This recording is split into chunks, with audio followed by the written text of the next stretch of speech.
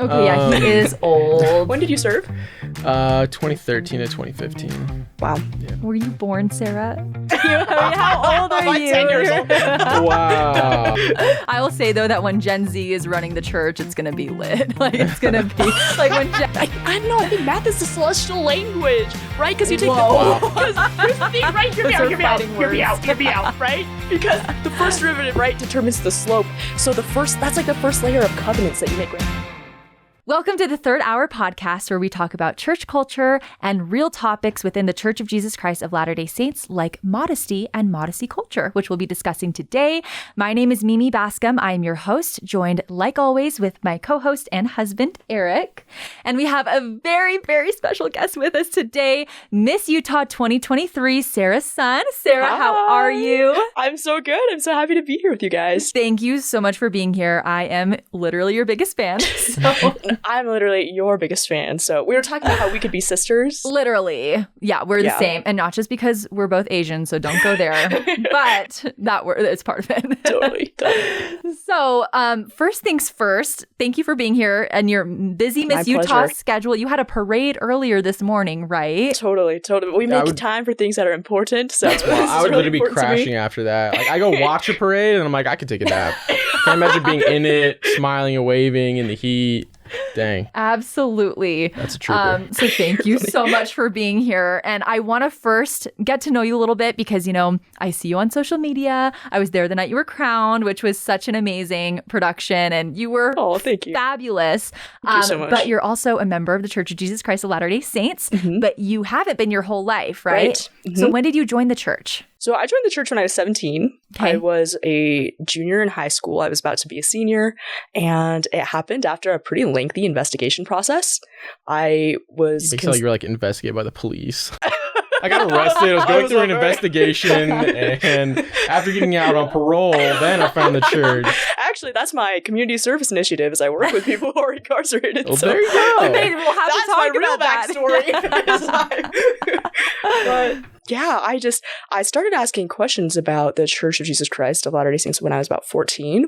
I grew up Baptist. Mm-hmm. I went to a non-denominational Bible church and was really involved in different Christian youth groups. My parents actually ran into Christian missionaries in China who were disguised as English teachers. So I'd always been raised with Jesus Christ being at the center of our home. Amazing. And did you grow up in Utah? I did. Okay. Yeah. So I was born in Kansas City, but I spent most of my childhood in Cedar City. And then when I was 16, I moved to Salt Lake City and graduated high school from Skyline. Awesome. Okay, so you had heard of the church before, and that's what kind of got you asking questions about it. Is that right? Well, I had heard a lot about the church, actually. Yeah, for sure. What's like the craziest Living thing? in Utah, not hearing about the church would be surprising. Yeah. Totally. And I think with the church that I had attended previously, they were very vigilant about educating their members about things that other church people would say to try to convert you. Mm-hmm. And it was well-intentioned. I think there are doctrinal differences that made them more protective of their members. But I remember going to different seminars and being fed the Bible verses to use if one of your Mormon friends is trying to convert you. They show up, just being on here's your ammo, alert. be ready, folks. We're taking them down. Stand together. I do want to emphasize that I think it genuinely came from a good place. Absolutely. But I never thought that I would join the church because I was raised in that sort of environment. Wow. So what was it that did it for you? Did you have a moment that clicked and you're like, this is right? Well, there are several moments about this is right. I think the first moment where I started thinking, could this be true? Mm-hmm. Or even what is it that I believe was when same-sex marriage was being legalized. The Supreme Court case was happening. It was a really hot-button issue in the U.S. And I was, in my early teens and started observing the way people would treat each other and the way people would react to this issue. And it made me really retreat inward and ask myself, what is it that I believe? What is it that I believe about God? What is the role of religion in society?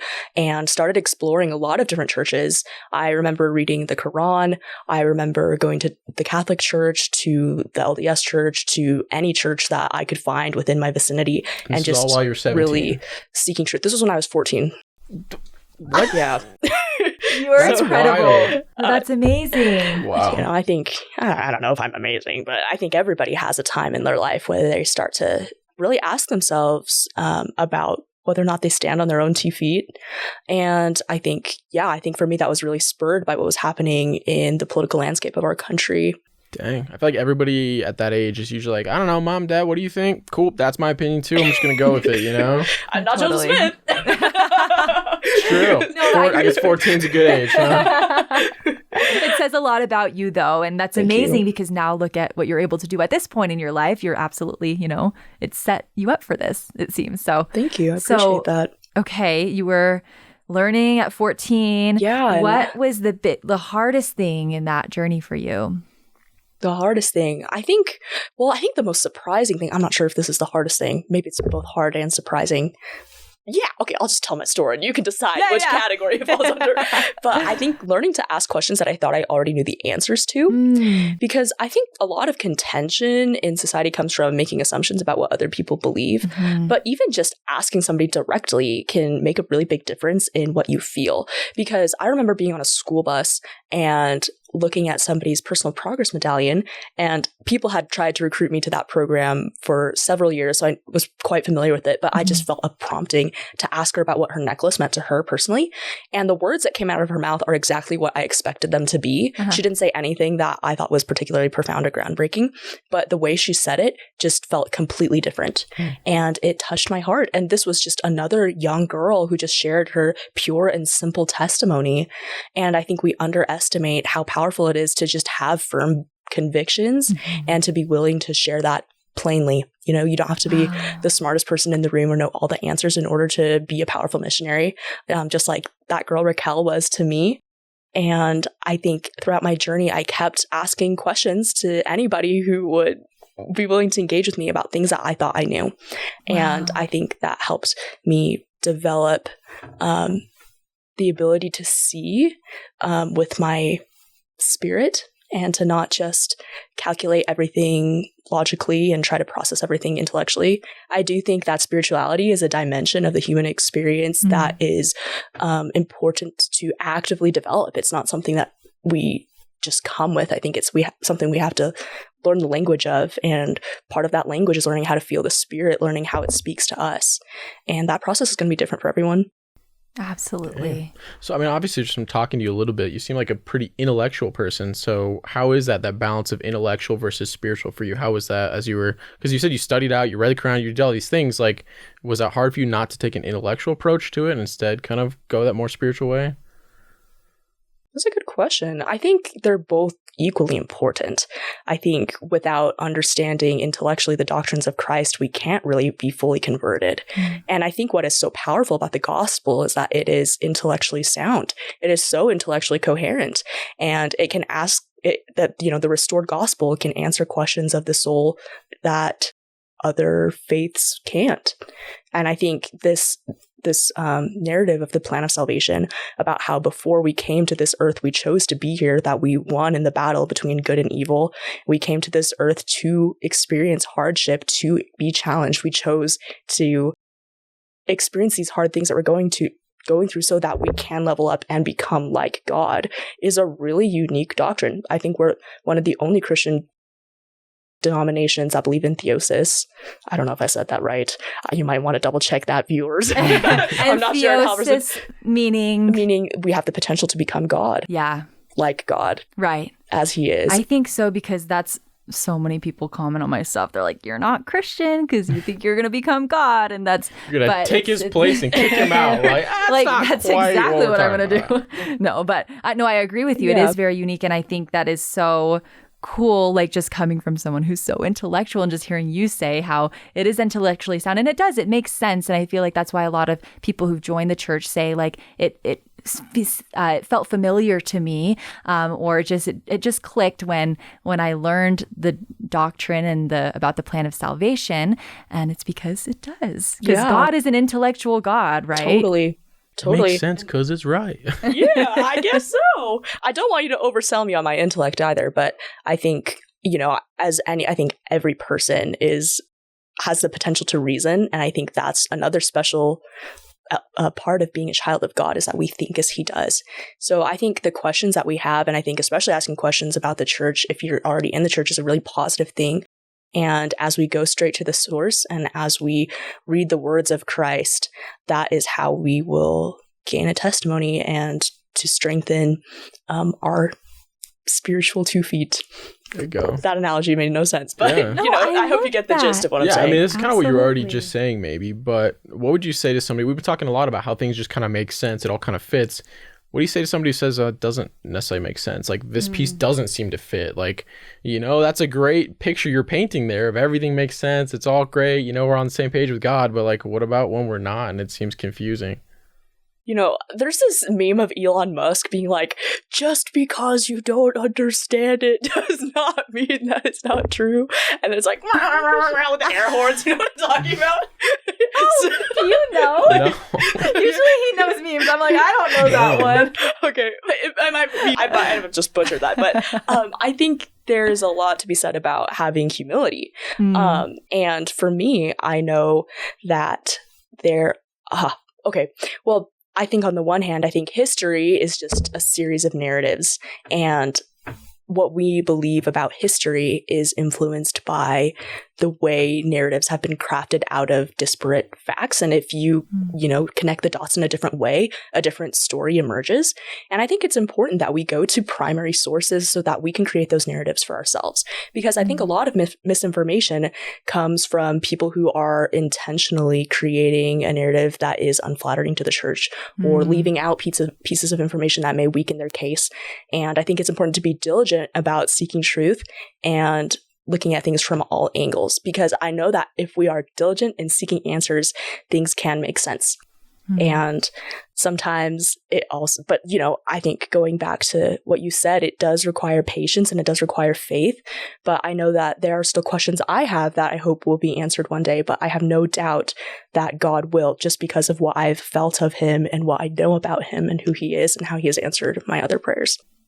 Beautiful. Thank you so much for sharing that testimony. It's amazing. So you then joined the church when you were 17. Back to the conversion story. I know you also served a mission. Where did you serve your mission? I served in Southern California. Awesome. Where at? So I served at the Mormon Battalion Historic Site for 4 months. Nice. That's cool. I was in California, San Diego mission. So there you Right. go. Okay, cool. I love the Mormon Battalion site. Oh, It's so so fun. cool. It's like Disneyland. I don't know if I go quite there. She's like, no. It's like Disneyland. But the revamped historic site was actually engineered by the same people who did Disney. So there are some similarities. They have like the talking pictures now. And, You gotta be careful because people are like, see? She's saying just like Disney. It's a made-up mouse. It's a made-up church. It's all fake. Wow, that's what I wasn't even thinking about, but I guess You someone were on could to say Reddit that. too much. You got toe to toe.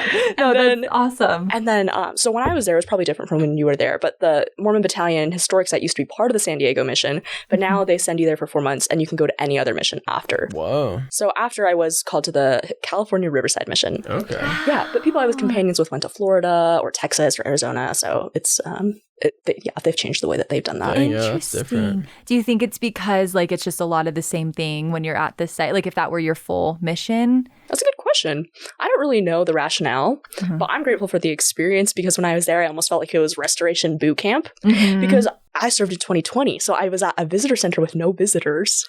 So what do you do, right? Wow. And I feel like I learned so much. And we did a lot of service in the community. And in a lot of ways, I feel like we carried forward the legacy of the Mormon Battalion, who came to this foreign land to fight for a country that wasn't protecting them, to help people that their nation had villainized, and really had this beautiful outward spirit. So I think that's what we focused on during that time. And I just really developed a strong testimony of the early saints of Joseph Smith, the Book of Mormon, and it was a great experience. So that was a good way to start off my proselyting. There you go. Absolutely. That's amazing. And isn't San Diego just the best? Oh, so gorgeous. We Couldn't have asked for a love better it. location. There you go. I love that. Well, I wanted to get both of your takes on this because you've both served missions. I did not serve a mission, by the way, but it's okay. I think this is a mission. There you go. Thank you. Thank you for saying that. I feel like it's always kind of weird too, because I used to be like, oh, I didn't serve a mission, and it was almost like a shameful thing because we got married. I'd always planned on it, but now I feel like I'm starting to embrace it. Like, I didn't serve a mission, but it doesn't mean you still can't do good. So Right. thank you for saying that. And look at the way you've consecrated your life. I Oh think. my gosh. Well, I mean, I mean, if we just think about it, I think like a mission is, 1.5 or 2 years, but each decision that you make can have the potential to impact somebody. So I think anybody can be a missionary at any time. Absolutely. I love that. Thank you for saying that. And that ties really nicely into this. I don't know if you've heard, there is a second edition of Preach My Gospel. I guess there have been edits before, but this is an official like second edition. So it's kind of like a new thing. I wanted to get both of your takes on it because I think it's really interesting. President Nelson announced that this new edition comes at a time when the world is rapidly changing, and it reflects a sensitivity to many of those changes. It contains some of the best instruction I have ever seen to help people accept the Lord's invitation to come unto him, which I thought was really cool. And some of the things that have been changed are... Well, let me just read this. So what's new? The second edition of Preach My Gospel is based on the teachings, inspiration, and emphasis of current church leaders. It is enhanced by additional scripture references, more recent teachings from prophets and apostles, and additional art and other visuals. The content in each chapter has been updated. Sorry, this is kind of a lot. Yeah, I was going to say, we might that's cut a lot some of changes, but it's hard to say without seeing it exactly what that looks like, but it sounds great. I have a list here of some of the actual changes that were made. So there's more emphasis placed on members, not just missionaries. Nice. There's more clarity around the doctrine of Christ and the importance of making covenants with God. And there is also instruction about using technology because that's been kind of a newer thing. So what are your thoughts on that? I know it's kind of hard without seeing it, but this thing I haven't seen sounds great. No, I think that's cool because it's funny, like talking to my parents about like they serve missions as well, and so like hearing about back in the day stuff they used to teach, because it's like they had the flip books and they had the felt things. I hear all these names of stuff that they did. They had like memorized lessons where like word for word, this is what you said to people. And it's funny because you look back and you're like, that sounds like a terrible way to teach the gospel, because like each person's experience is different and you need to meet them where they're at and understand them. But for them, they were like, wow, this is great because you get all the right content. It's all in the right order and it's consistent. So like for them, it made sense. So then Preach My Gospel, I'm like, it seemed great for me, it was cool.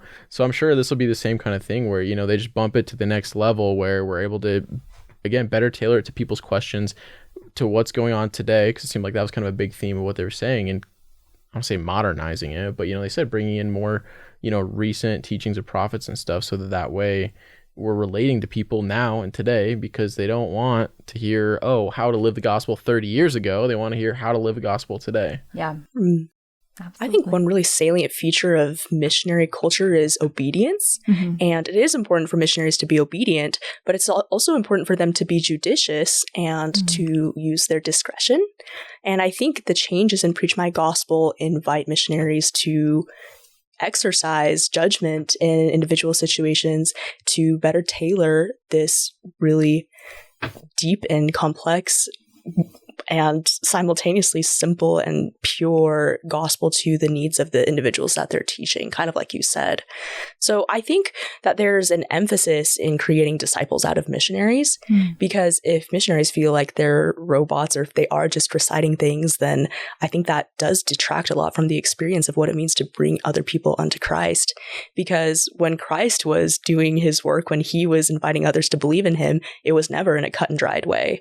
And I think oftentimes it was in a way that subverted people's expectations for what a missionary ought to be. Dinner with these people? You're not allowed over there. And he's like, I'm allowed wherever I want to go. Yeah. So I think by focusing on bringing missionaries closer to Christ, as well as the people that they're teaching, we are gathering Israel. And that is what it means to build the kingdom in the last days. We also have to build up the young people who are out preaching the gospel. Absolutely. I love that. So thank you for sharing your guys' thoughts on that. I thought it was exciting. I feel like there's been so much change in the church recently, and it just makes me so grateful that we have a living church. We have a living prophet. I think sometimes, at least for people like me who grew up in the church, I'm like, I almost take it for granted. So I'm so grateful that we have a living prophet who can lead us and guide us the way that we need to be in 2023. So I want to hear more about your mission too. Like, I want to hear, I love hearing about like mission culture and like fun things that happen. Like can you share like the funniest or most fun experience you had on your mission? Oh man. Oh man, That's hard. I was You look telling her like, I was hey, look expecting at that a question. year and a half of your life and pick the funniest story. Funniest story? Wow. You know what's so interesting? I don't think I've ever been asked about the funniest thing that Oh, happened on my mission. Yeah, because I think people are like, tell me about the way it Let's changed get your real life. deep. Or like, I'm like, what was the okay. scariest thing that happened? That's the other one, right? But funny. That's funniest? I'm trying to think too, because I'm like on my mission, I'm like I laughed a lot with my companions. We like, things happen, Yeah. but now I'm like, what was the funniest? I don't know. Oh gosh, that's gonna make me sound like such a boring missionary. Oh, that's what everyone is thinking. What? No. I don't know. There was a time where, so we drove the RAV4s as missionaries, and The there's what? The It's a Toyota car. RAV4. Oh, it's a car. You drove what? Okay. If anybody names their kid Rav, then come see me. I'll buy you a crumble cookie. So there's a backing camera in all the Ravs, and there was this one time where we were going to Zone Conference, and we were backing out, and there was like a picture taped to the bike rack. So instead of seeing like the parking lot or your surroundings, we just, I put the car in reverse, and there's just this giant picture of one of the office elders. Oh, Like, my. what? In the backup cam? What? Yeah. In the Yeah, backup? in the backup cam, like facing the backup cam. And then we drove and we got there and we parked, and it said, "You've been Tyndalled." Because his name was Elder Tyndall. Elder There you Tyndall, if you're go. watching, you're awesome. But So yeah, that's it was his thing. He would just put those pictures for people. the thing is, and- it wasn't him. I think it was somebody else had printed out Oh. like 50 copies of his face and had just Dang. taped them to the cars of every missionary. So Oh my gosh, that's hilarious.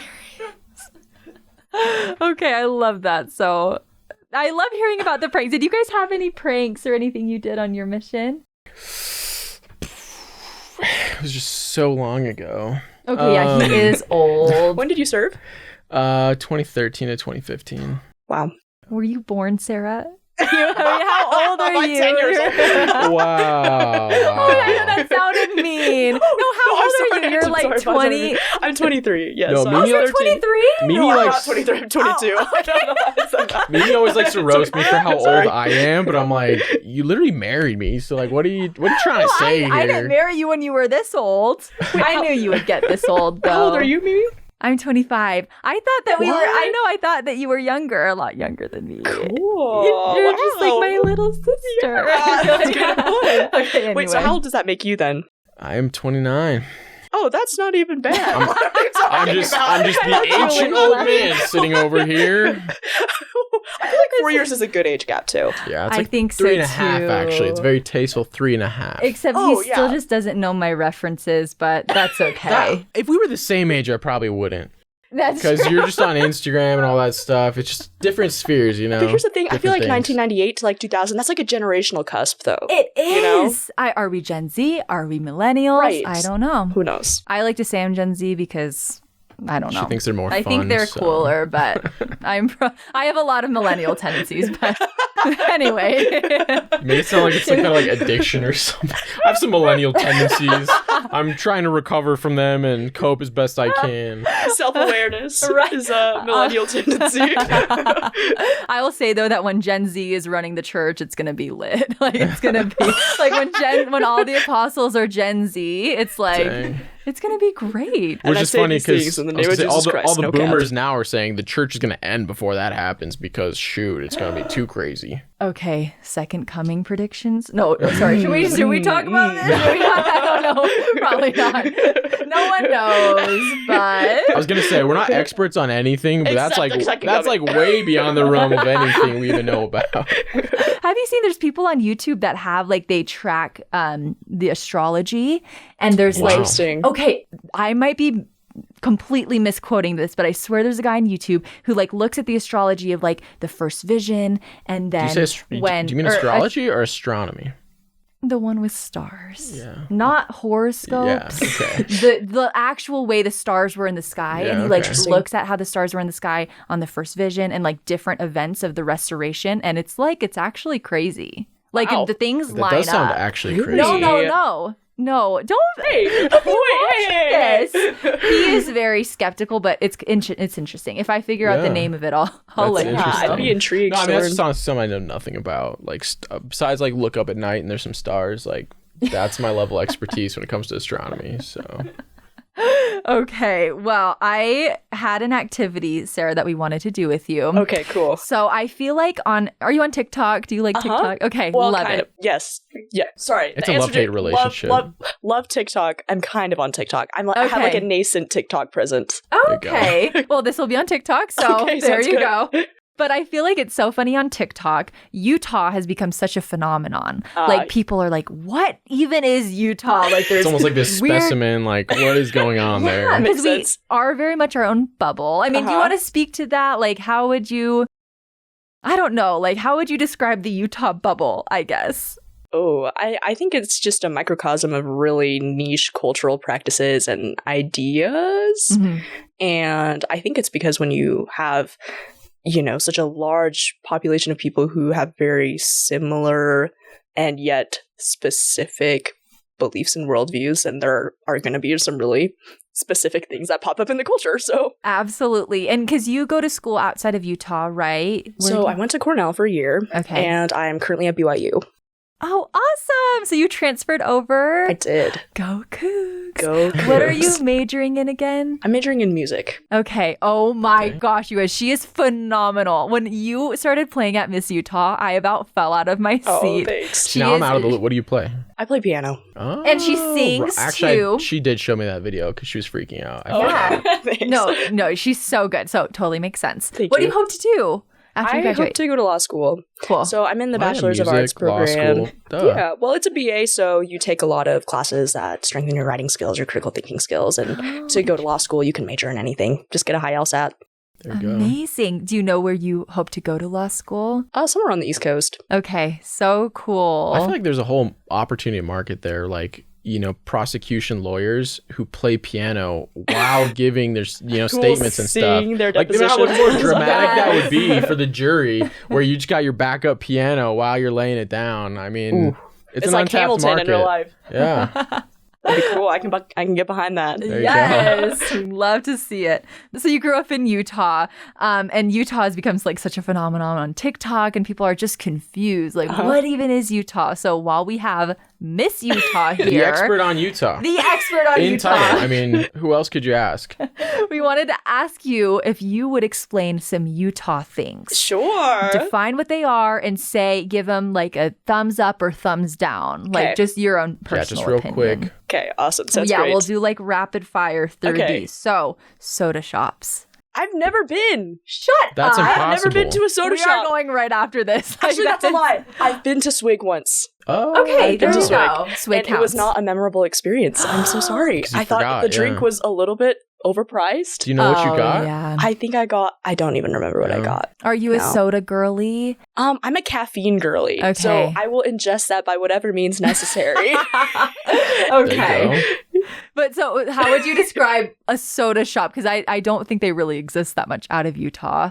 So I think you can walk in and you place your order, and you can get like a Mountain Dew or a Diet Coke, but then you can add different syrups in it and like mix things, and they have little names for like specific combos that are commonly ordered. And that's I think the thing for people outside of Utah, the crazy part is they're like, soda's already sweet, and now you're saying you're gonna throw syrups into it. Yeah. I've never understood. I've actually never had a syruped soda before. It will change your life. Really? Creamer. I don't know, I'm kind of skeptical. Mimi is a mixed soda addict. Like, literally, for Christmas. Say addict. For Christmas this year, I got her some like syrups to put in her soda at home, and that's probably the best thing I've ever gotten her for a present. Wow, get you a man who knows you. Literally. No, it's so good though, and I think it's funny because outside of Utah, it's like it's coffee shops, but in Utah, it's soda shops. Or bars outside of Utah. I don't even know if it's necessarily an equivalent. Maybe a bar, because at a coffee shop you can study, you can like have a meeting there, but I've never met anybody who's wanted to have a study sesh at like a Swig or a Sodalicious. Oh, yeah. I've done it. The ones around BYU. Well, I feel like a lot of them are like small though. Like some of them don't even have somewhere to sit. Some are just drive-thrus. So like To me, I would say the same thing. It's usually like a grab and go thing. You go to maybe not the library because they don't let drinks in there, huh? But like you grab your drink and you go somewhere and then do whatever. I've done it. I've studied at a soda shop, so That's respect. That's Miss Utah right there. That is my Miss Utah. So it's from the girl that didn't even make finals. Well, I didn't make. No. You made finals. You should have made finals. To the girls that didn't even make it's finals. It's because you didn't need a crown to be Miss Utah. You just came. You just were born with it just placed in on your soul. You heard it here first, people. That's okay. I do want to just say, I don't know if you guys are aware, but it's way more cost efficient to just buy like a 16-pack of soda from Costco. Mix it. Mm-hmm. Get the syrups at home. Literally, it will save you a lot of money. Hundreds of dollars. To be fair, though, like, I mean, you go to a restaurant and order just a plain soda. It's like $5. So, like, exactly. You go to this specialized spot, they're giving you soda and syrups for less than, like, getting a soda with your meal other places. But at the same time, for $5, you can buy, like, 20 of those sodas at the store. It's so true. There you go. No hate. I do have a tutorial on my Instagram. High quality foam cup. It's almost a rite of passage. Like you walk in. Oh no! It's just when you walk in and you sit down in class and you have the soda cup on your desk. Branding. It's like I see. You just keep the cup and just fill the water at your house so you can look like you got the money to go every day. Yeah. No, it tells people everything they need to know about you. That's funny. Okay, Pioneer Day. Pioneer Day is July 24th, and it's to celebrate the Utah pioneers and Utah's history. And I was actually in a Pioneer Day parade today. It's not the 24th, but it was in North Salt Lake, and they were like, Salt Lake proper always steals the 24th, so we're doing ours a week early. But I actually really love Pioneer Day because when people think pioneers, they think of the bonnets and they think of Kristen, the American Girl doll. Oh, you know what I'm talking about? Yes. As just kind of like this kind of silly, vestige of the past. But I think Utah's pioneer spirit is so cool because Utah was the first state in the nation to have a female senator. It was one of the first states in the nation to allow women to vote. It was one of the first states in the nation that was welcoming to refugees. And I think a lot of us can be modern day pioneers in our own right. And me, as somebody who's the first member of my family to join the church and who is the first woman of color to be Miss Utah, I really identify with what it means to be a pioneer. And it really connects me to the founders of the state of Utah. I absolutely love that. And I wanted to ask you too, she did a beautiful post about this on your Instagram. But as an Asian American member of the church myself, Pioneer Day was always, I was just like, I'm not in that group. Like a lot of people, they like have their ancestors that were pioneers and they know what handcart they rode in, or I'm sorry if I don't know a lot about it, but I was like, okay, can't relate. But hearing that from you, it's beautiful and how we can all be pioneers. And I wanted to ask you too, just as a minority in the church, how has that been for you? Have you had any uncomfortable or good experience that you could share? When I think of being a pioneer in the church, I think of my descendants a few generations down. And in calculus, you find the point of inflection by taking the second derivative, and pretty much, the first derivative gives you the slope, it gives you the direction. And then the second derivative, it tells you like what direction, your function is going. And I think there are so many points of inflections in our lives where one choice that we make, one specific point, alters the course of the rest of history. It will change what your family will experience. It will change what your descendants will experience. And I think it's neat that all of us can actively create those points of change. And I think, especially with living the gospel, you never know how one small decision that you make is going to affect somebody, generations down the line. Because think of how much we revere our ancestors and how big of a deal family history is. I don't know anything about my ancestors because of the Chinese Cultural Revolution that erased a lot of records for Chinese people in that generation. But I do know that when I make decisions and when I think about how to present myself, even if that's something as trivial as a pageant, I think about what are, my grandkids going to learn from this experience? Like, what are the principles that are exemplified here? And what story is history going to tell about this moment? So, wow. Yeah, I don't know. That's deep. I don't know. I go to a pageant, I'm like, woo! And you're all over here like, this is going to affect generations. No, you made math cool. make sense. And it was beautiful. I love that. I don't know. I think math is the celestial language, right? Because you take Whoa. Because here's the thing, right? Hear me out, right? Because the first derivative, right, determines the slope. So that's like the first layer of covenants that you make, right? Baptism, it determines the trajectory of your life, determines whether or not you have a positive slope or a negative slope, right? And then the second derivative determines the point of inflection. So when you go through the temple and you make more covenants, that like changes like even more like the arc of what form your life will take shape. You know what I mean? Like, isn't that cool? That's so funny. See, before I thought you said you were a music major, not a math major. Now it makes sense. Here's the thing. I mean, like, I'm no expert at math, but I was reading Doctrine and Covenants on my mission, and I had this prompting. It's that I should like find truth in studying math. So I just like went through my notes. I brought a notebook full of my old math notes. Stop. I don't know why. I just felt like I should, and I went. So maybe that's my funny mission story. It's that there were times during personal study. You had a math notebook. Yeah, I would like go through my math notebook during personal study and be like, "What principles can I learn from this?" What did your companion think of that when they saw it? They're like, "Sister, that's not on the approved list there." Well, I mean, it just looks like any other notebook. Yeah, So. well, I mean, yeah, it's just your notes. There's nothing bad about it. But it's just You think it's like notes about boys and it's calculus. Like, you see your Book of Mormon, a bunch of equations, and like, this sister's too deep for me. I don't know what's going on.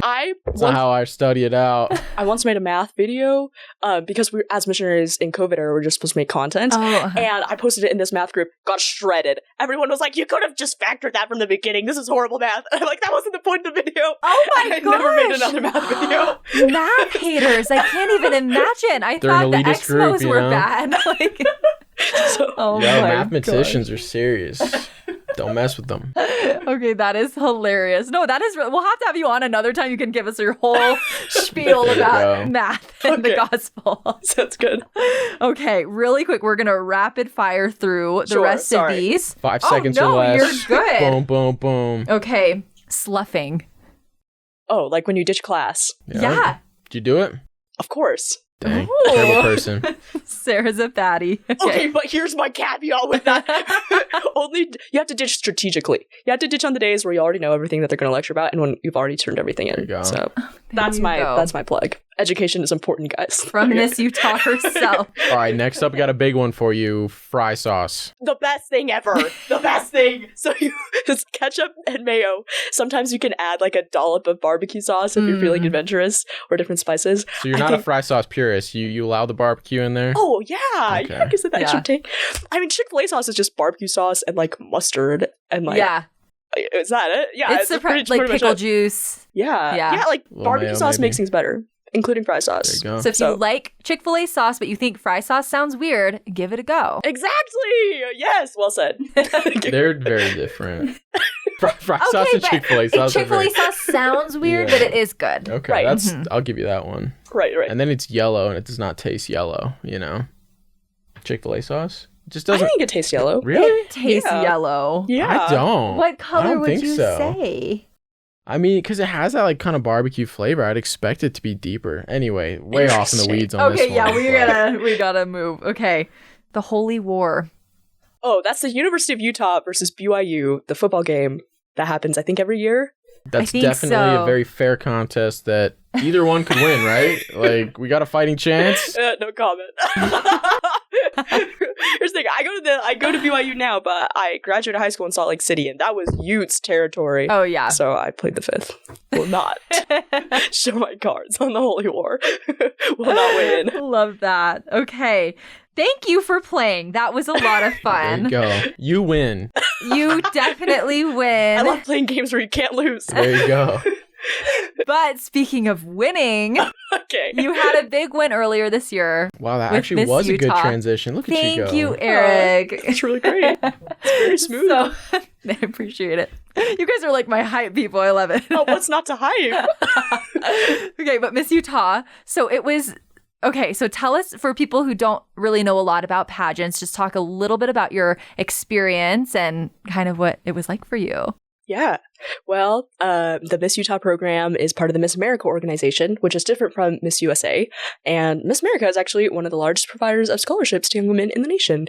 And you are evaluated on a personal interview, and then 20% is physical fitness, 20% is talent, 20% is evening gown, and 10% is onstage question.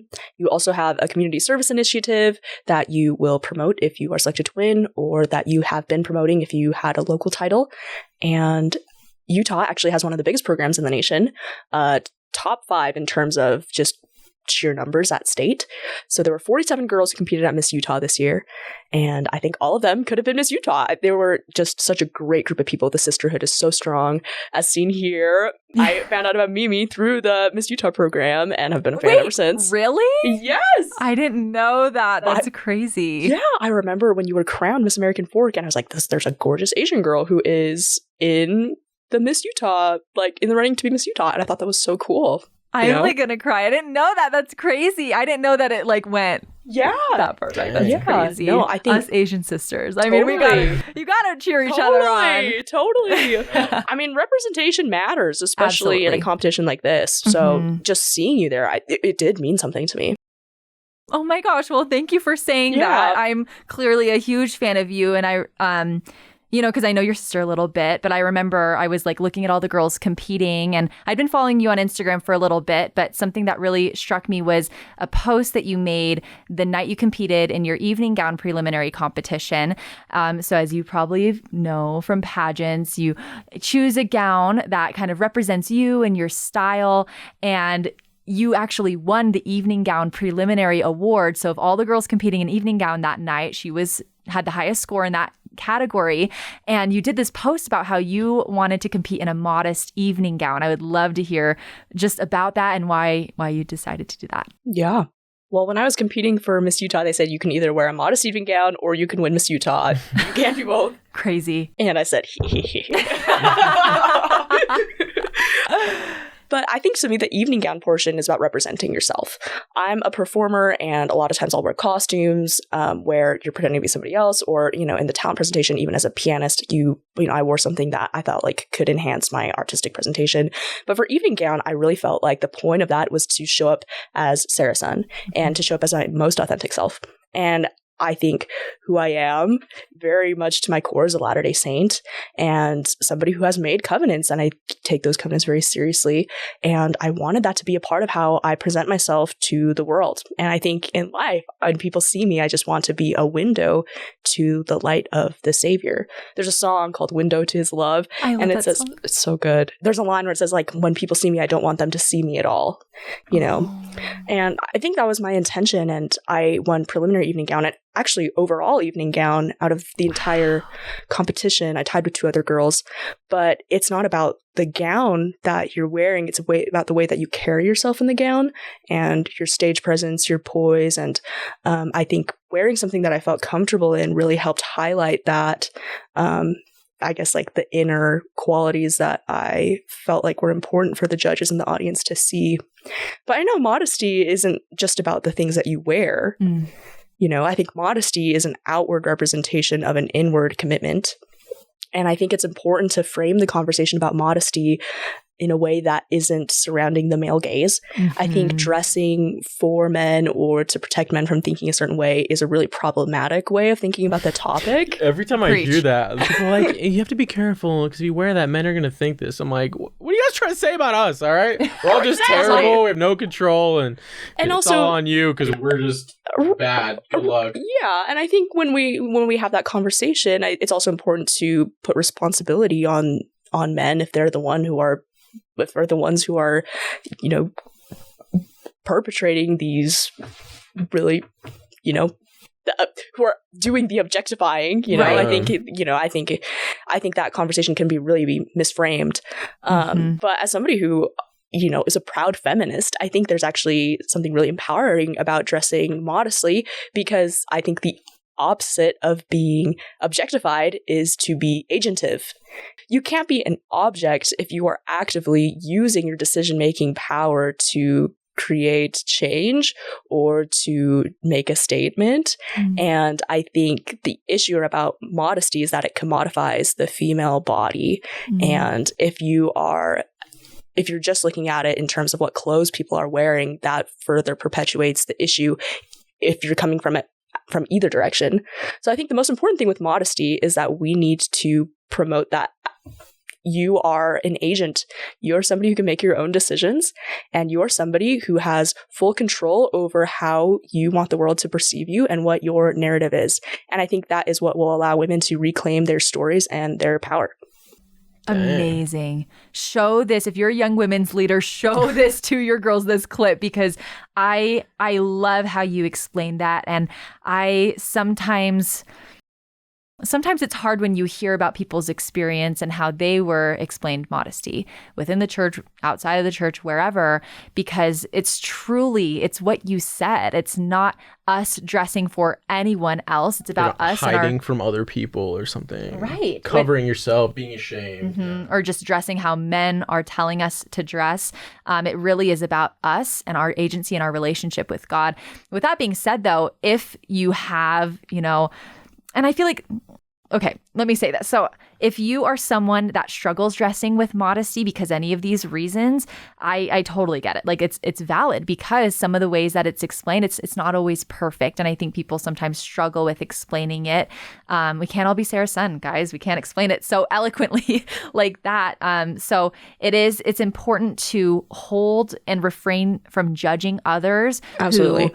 Who may not have that testimony of modesty yet, because I feel like a lot of times people are judgmental and they assume like, well, they just want to dress, they just want to wear their little short shorts, when really it could go so much deeper. So get the ruler out and they're like, well, if it was here, that would have been modest, but it's here, you're going to hell.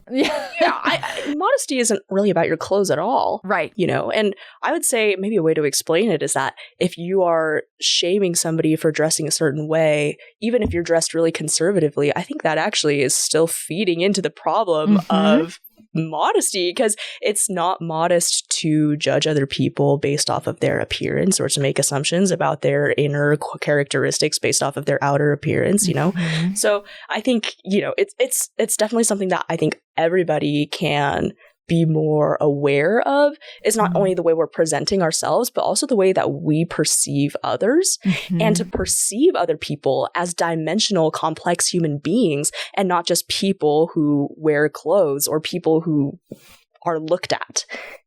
I think as soon as we just reduce somebody to their appearance, that creates a host of issues that as a culture we should try to stay away from.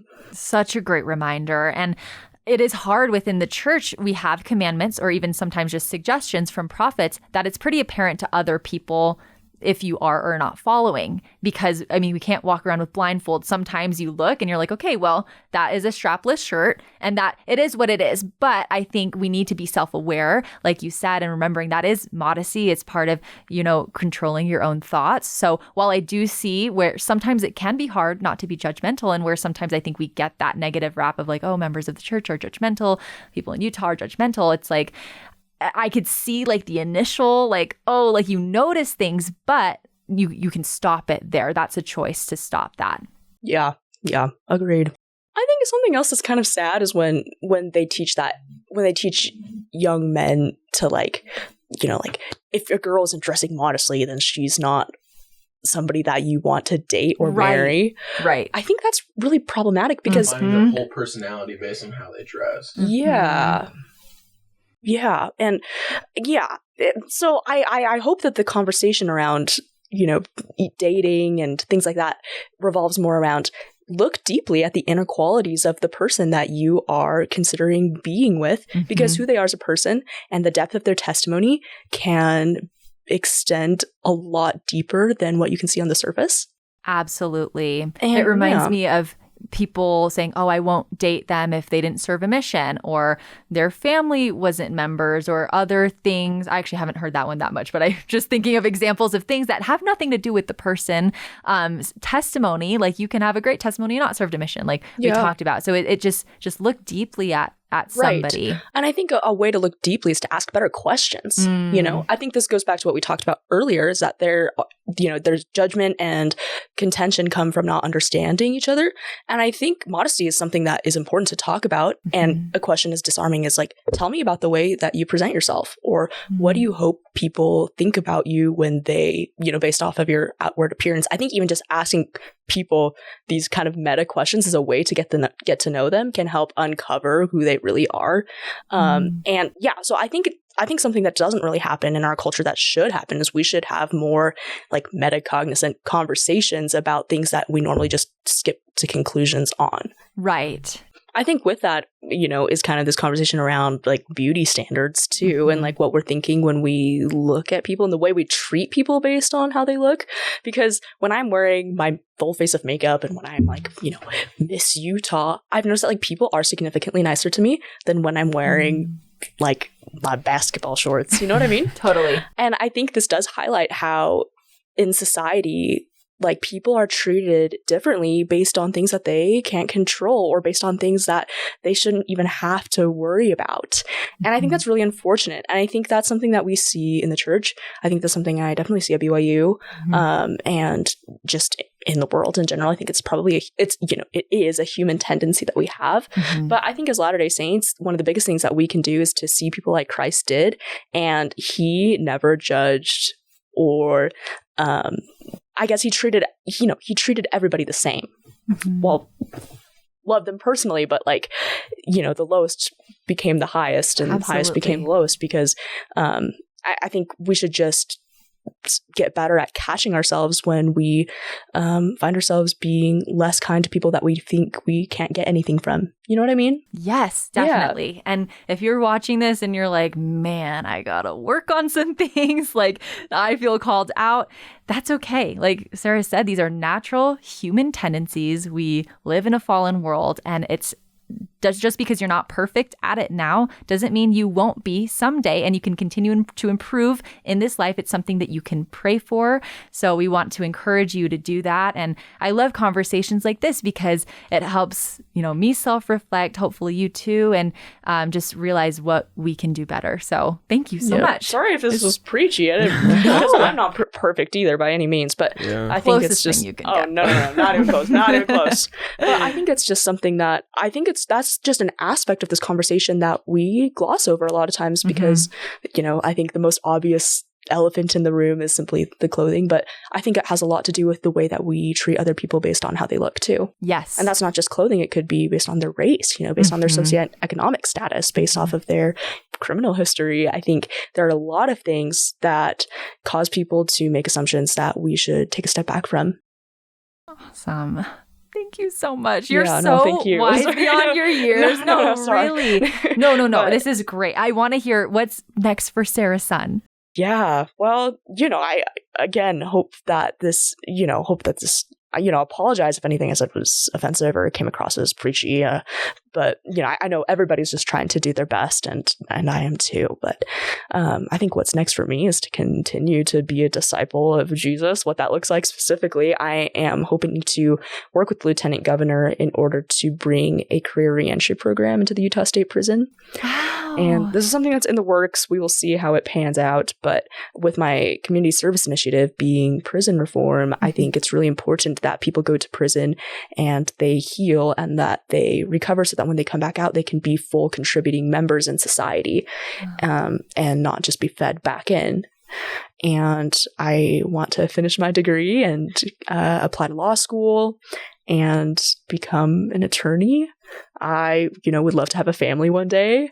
So if anybody is oh my gosh, let's make it happen.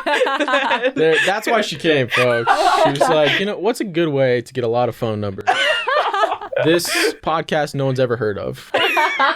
But that's why, right? It's quality over quantity. Yes. No, we'll make it happen. But before all that, I mean, Miss America. Oh yeah, that's happening too. That's the thing. You're like becoming an like becoming Miss America. We're rooting for you. When is the Thank you. competition? It's in January. Oh my gosh. Okay. Where is it held this year? They don't know yet. Okay. Yeah. Well, stay tuned. Where can people follow you? You can follow me on Instagram at SarahSun00, or you can follow me on Instagram at Miss America Utah. And you can send me an email at bookings.missutah.org if you would like me to come speak to your youth group. And yeah, I'd love to just be super involved in serving the state of Utah and getting involved with young people here. So, yeah, if there's anything I can do for you, let me know. If there's anything I can do for you, let me know. Oh my gosh, thank you. Might take you up on that. Please do. Take you to a soda shop. There you go. That's probably good for my cultural education. That's an act of service for her, is to come to a soda shop with you. No, but seriously, thank you so much for being here. Thank Everything you. you said was so profound, and Sarah's going places. So make sure you follow her and stay tuned with everything going you're on so with sweet. her life. And while you're at it, while you have your apps open, you can follow Third Hour Podcast on Instagram at third.hour, and be sure to subscribe on YouTube, anywhere podcasts are found. Eric, any final words? I feel like I'm kind of taking over. See you guys. This is our life. No, I mean, really appreciate you coming on, though, because Thank you it's so been much for having great. me. I think you shared a lot of great stuff, and I mean, even for me, a different way than I've thought about things. So it's an awesome opportunity for us all to just look at things from a different lens and Well, try to thank be you. better. So Thank you. Cool. Thank you. Thanks for having me. It was so fun. You guys are so fun. Oh my gosh. So you're fun. so Born for this. Oh, Media personalities. Oh There my you gosh. We're the new Ellen. We're the new Kelly. And what's Kelly's husband's name? Well, that's it. That's what's yeah, we gonna. got it. It's Mimi and that guy. Oh my gosh. Well, thank you guys for watching. We will catch you next week. Woo. Bye.